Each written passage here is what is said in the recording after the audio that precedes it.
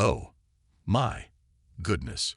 Can we just talk about that moment on Chicago Fire? You know the one. The scene that had us all collectively holding our breath, perched on the edge of our seats, maybe even yelling at the TV a little bit. I'm talking about the legendary rooftop leap of faith, courtesy of our two favorite heroes, Matt Casey and Kelly Severide. Seriously, if you've been following the incredible journey of Firehouse 51, you know Chicago Fire is a masterclass in heart-stopping action and raw, emotional drama. But even by their own sky-high standards, the Season 6 premiere, Law of the Jungle, delivered something so utterly unforgettable, so mind-blowingly intense, it's etched itself into the very fabric of fire lore. Casey, the one and only Jess Spencer, and Severide, our beloved Taylor Kinney, weren't just fighting a fire. They were staring death in the face and deciding, nope, not today. Imagine this, a massive out-of-control gas fire ripping through a warehouse. Chaos, smoke, the roar of flames. Typical Tuesday for Firehouse 51, right? But this wasn't just any inferno. This was a ticking time bomb, a building compromised by a monstrous gas leak. Our team, as always, jumped into action, working tirelessly to evacuate and contain the devastation. Now, here's where things get really dicey. Severide, with his signature blend of bravery and quick thinking, manages to get a handle on a loose valve, literally holding back an explosion with his bare hands. But in doing so, he finds himself in the most impossible of situations. Trapped on the roof, flames licking at his heels, no viable escape route in sight. Talk about being between a rock and a hard place. And who rushes to his side without a second thought? Of course, it's Casey, because that's what these guys do. They're not just colleagues. They're family. They're brothers in the truest sense of the word, facing down hell together. Once on the roof, the gravity of their predicament hits them like a ton of bricks. They're holding back the inevitable, strategizing an escape that seems utterly impossible. Then, over the crackling radio, comes Chief Bowden's urgent guttural command. Evacuate immediately. The pressure was on. Time wasn't just ticking. It was screaming. And the cruel irony. If they let go of that valve, even for a second, the roof, and anyone on it, would be instantly engulfed in a cataclysmic explosion.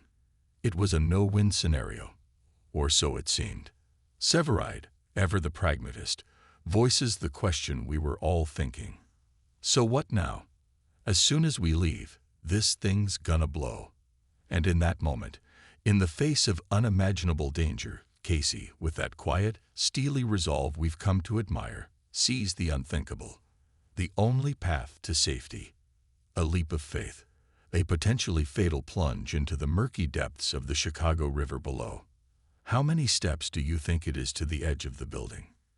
Casey asks, almost casually. Severide's reaction. Pure, unadulterated shock. To do what? He exclaims, his voice laced with disbelief. Jump. And Casey, with a shrug that belies the sheer terror of the situation, just says, sure. We let go, make a break for it, jump into the water. My heart just about leaped out of my chest hearing that. This isn't just a plan. It's a desperate gamble, a Hail Mary pass against certain death. Severide, bless his heart, is rendered utterly speechless.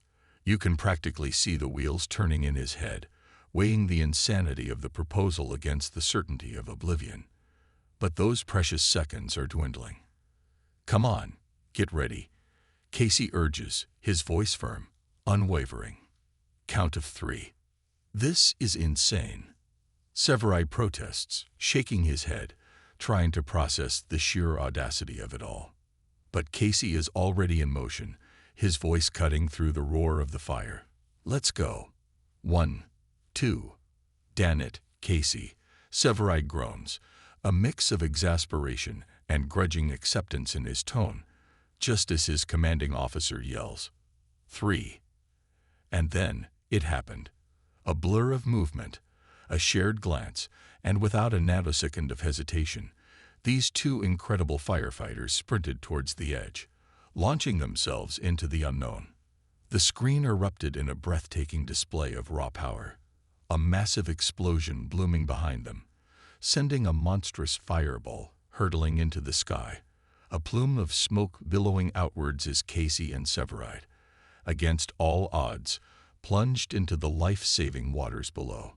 To call it a close call would be an understatement of epic proportions. They'd barely made it, but they did, and the pure, unadulterated relief that washed over us, the viewers, was palpable. It's a scene that doesn't just live in our minds, it lives rent-free, a testament to the incredible storytelling and the unbreakable bond between these characters.